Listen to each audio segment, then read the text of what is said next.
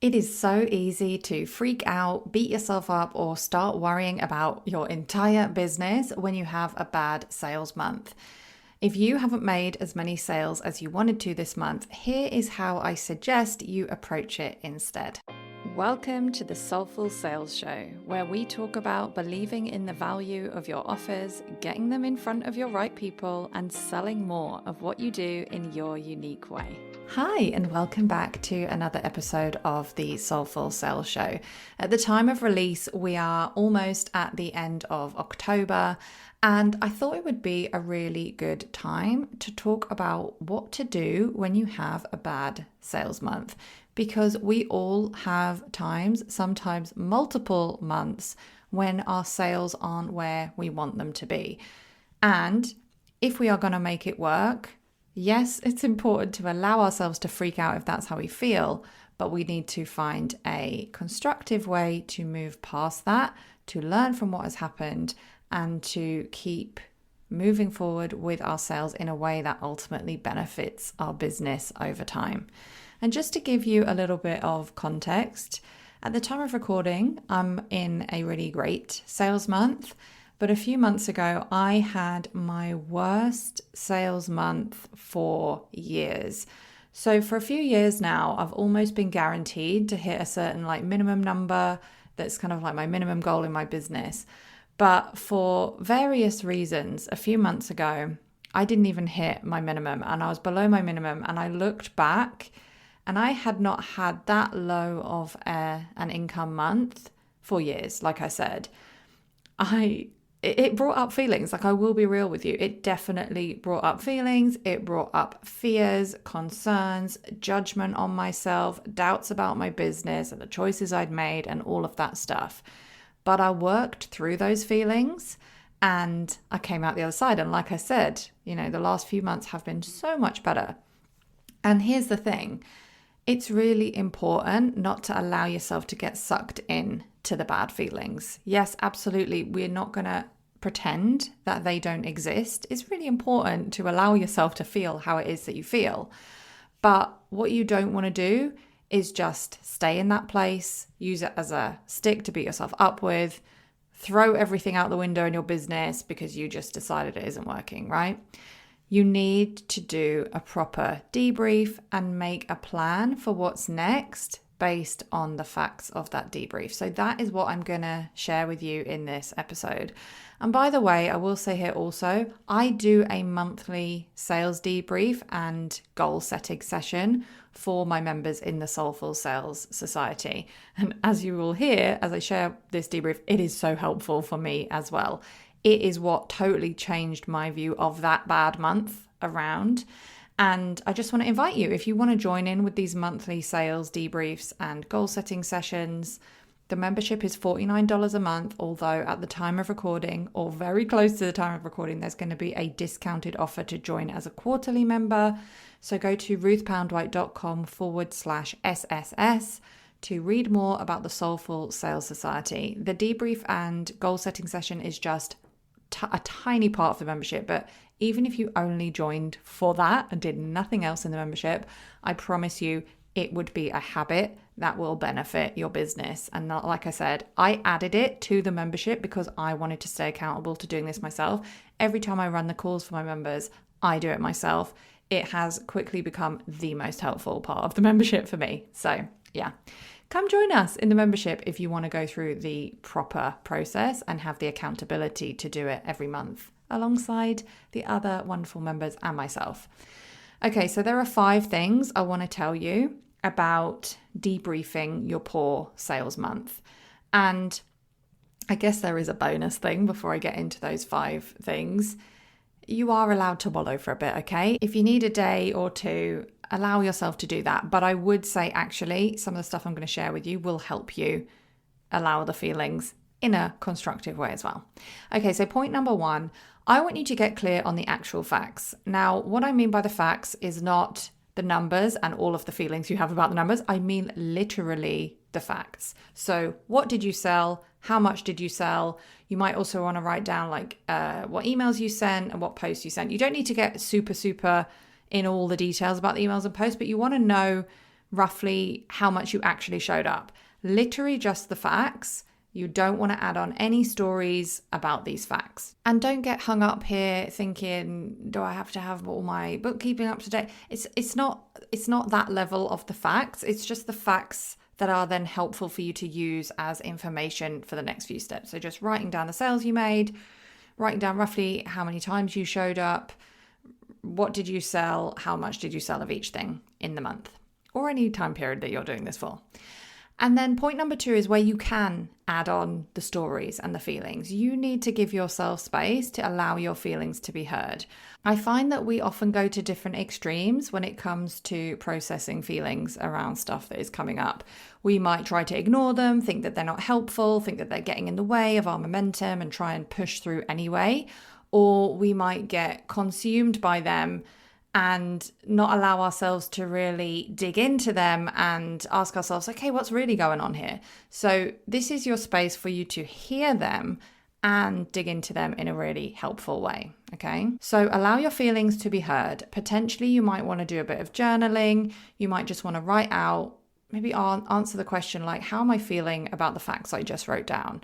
What do I feel about this month that is just wrapping up? What stories am I telling myself about how well my business is or isn't doing? What stories am I telling myself about how well my offers are or aren't doing? How am I feeling about myself? What stories am I saying to myself about my abilities as a business owner and all of that kind of thing? It can be, just a side note here, it can be really confronting to actually allow yourself these thoughts. These thoughts are going on anyway, but this is you bringing them to more conscious awareness. And it can feel really hard, especially if you have been beating yourself up, especially if there are some scary things going on here in terms of how you're feeling about whether your business is working and all of this stuff.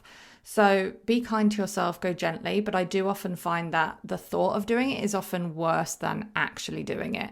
I am definitely the kind of person, as much as I talk about how much I love journaling and digging into the feelings and stuff, the reason I teach this and the reason I talk about it and the reason I have these monthly sales debrief sessions with my members is because I need to force myself to do this too. I will really, really resist allowing myself to dig into this stuff, but I often find that when I do, it's not nearly as bad as I was building it up to be before I did. So there are a few questions you can ask yourself, and then you get to ask yourself questions like, what did I learn from this month? And this is where we start to flip things a bit. This is where we might start to see a different perspective. Or are those feelings true? What else could be true? And we explore different alternatives. And just allow yourself to spend a little bit of time on that as well. Another good question is, what did I do this month that I wouldn't do again? Or what did I do that I would do more of? Really, really helpful to dive into some of the lessons from the month as well. And then I want you to debrief. This is point number 3. Debrief the selling activities you did in the month just gone. So you wrote down the pure facts about the numbers, like what did you sell, how many did you sell, and how much did you show up. This is where you get to dig into those things and add a little bit of extra analysis to it, I guess. So how much did you show up? What did you plan to do that you didn't get around to doing, and why? What else was going on for you during this time? So for example, when I was debriefing this really bad month I had a few months ago, there was a lot going on for me personally. And although I started the month with really good intentions, and because I do these debrief and goal setting sessions every single month in my membership, I always can flip back in my notebook and find the goals I set each month, and I compare what did I do versus the goals I set at the beginning of the month. And that month I remember thinking, wow, I really did not work on these goals. I was not intentional about working on these goals. But because I asked myself this question about what else was going on for me during this month, I had a very, very clear reason as to why I didn't get around to work on these sales goals for myself. And I was able to take it from a place of beating myself up and thinking, I can't stick to my goals that I set myself. I can't trust myself to do the things I say I'm going to do. I flipped that kind of internal dialogue to, okay, it's understandable that I didn't get things done that I wanted to do. Things came up and my priorities shifted.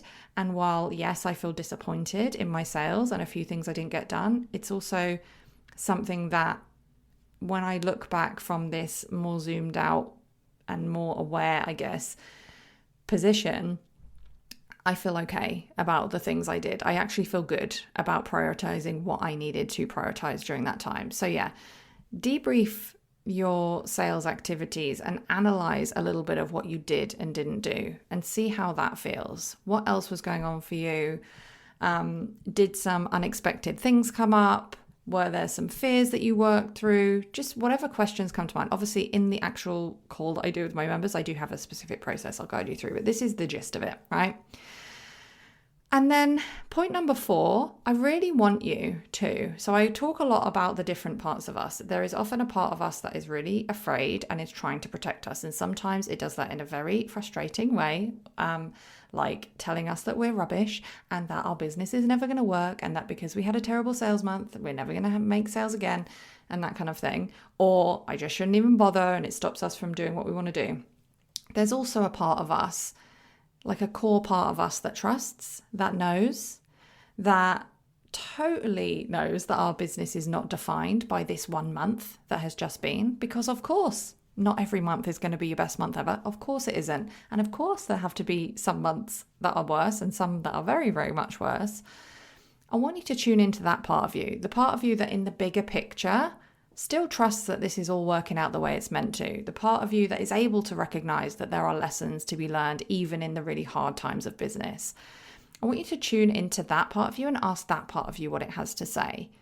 How can that part of you reassure that other fearful part? So the part of you that's freaking out about the month that's just been and what did or didn't happen, what can the part of you that trusts your overall journey say to that part of you? It could literally be what I just said, like your business success is not defined by any individual month. It could be, what was coming up for me, which was you had to prioritize your health, for example. You had to prioritize stuff that was going on in your life. And while it wasn't ideal, you made the right decision for yourself, for your health, for your family, whatever. It could also be, a more detached part of you that goes, you know what, after looking at the numbers, after debriefing some of the activities, you've got more that you could try. You've got more that you could do to sell your offers. You could tweak in a certain way. So it could be very feelings based, this kind of question. It could also be some really kind of detached, curious, practical kind of answers. So basically, like instead of getting lost in all the emotions around how you're feeling about the numbers, it could be, okay, how can I experiment with this? What could I do differently? And that could be really reassuring to you during this debriefing session. So yeah, that was part number 4. How can you reassure yourself from that empowered place? And then this is the really important part. When you have satisfied yourself, or maybe you felt a shift, or you've learned something that you can change, or maybe there is nothing to change and maybe you've just seeing it differently now. Once you've reached this point in the debriefing process, I really want you to set goals for next month because, like I said, your business is not defined by any one month, but it will be defined by how you keep going. It will be defined by how you bring yourself back to a place of hope, back to a place of optimism, back to a place of motivation to keep serving your people, to keep putting your work out there, to keep selling your stuff, even when it doesn't go great, because we all have certain offers that don't do as well as others. We all have things we need to learn. We all have ways we need to tweak our marketing and strategies we need to try in order to get to that place where it is working more consistently. So you've done this debriefing process. You have a clearer picture of what you actually did. You've worked through some of your stories. You've given yourself that reassurance. Maybe you know a few things that you want to do that you didn't give yourself time for yet. Take a moment to tune back into your bigger picture goals for your business. And I'm not talking about the short-term goals, although of course they matter now, but what are your longer-term goals? Why are you in business in the first place? Zoom right out to the bigger picture. Like, why does this matter to you? Then zoom in a little bit more and think about what were your goals for this year? What were your goals for this year? Like, don't bring stories into it about where you are or aren't in relation to these goals, but just remind yourself of the goals that are still there on the table for you and what you're working towards now. And then set your goals for next month based on the bigger picture of where you want to go in your business and what you need in the next month. I find that a lot of us, especially if we've had a poor sales month, might make really rash, quick decisions because we are afraid and we want the money to come in quickly. I'm not saying you should not prioritize the money coming in quickly, but it's always better if you can tune back into those bigger picture goals to make an empowered decision about what your goals are for the month ahead. So they are the 5 steps that I would really recommend you work through if you've had a worse sales month than normal. Getting clear on the actual facts, allowing yourself to bring awareness to any stories about those facts, debriefing and analyzing your activities, going into a bit more detail about how you feel about the facts, reassuring yourself from this empowered place, giving yourself some reminders about what you need to know to motivate yourself to keep going, and then setting goals and keep on going. That is the most important part. I often say that my job as a business coach, sometimes my most important job as a business coach is just to say to my clients and remind my clients in various different ways, just keep going. Don't give up. Because you never know whether in the grand scheme of things, this poor sales month could actually be the key part of the journey to making it all work exactly the way you wanted it to work. There could be a lesson you learned here. There could be a slight shift you made as part of this process that leads to everything that goes well beyond this. And sometimes it will pay off very quickly and sometimes it will take longer, but you never know. And this is your very best way to approach it in a rational, considered, intentional way and make empowered decisions for yourself and your business going forward. So yeah, that is the process. And please do come and join us inside the Soulful Sales Society membership. Like I said, this is probably the most powerful exercise that I do with my members, and I literally do it alongside everyone to separate the facts from the stories and help me keep going with intention and keep building up my business over time. So go to ruthpoundwhite.com/SSS to read more about the Soulful Sales Society, and it will be open. If it's not open right now, it will be open very, very soon around the release of this episode. So I look forward to seeing you there, and let me know how this process has supported you. Thank you so much for listening to another episode of Soulful Sales. If you have a moment to rate and review, know that it really does make a difference. And if you'd like to carry on the conversation, then you can connect with me on Instagram at Ruth Poundwhite, sign up to my newsletter at ruthpoundwhite.com/newsletter, or my personal favorite, join me inside the low ticket membership at ruthpoundwhite.com/membership. And keep doing what you're doing because your work really does matter.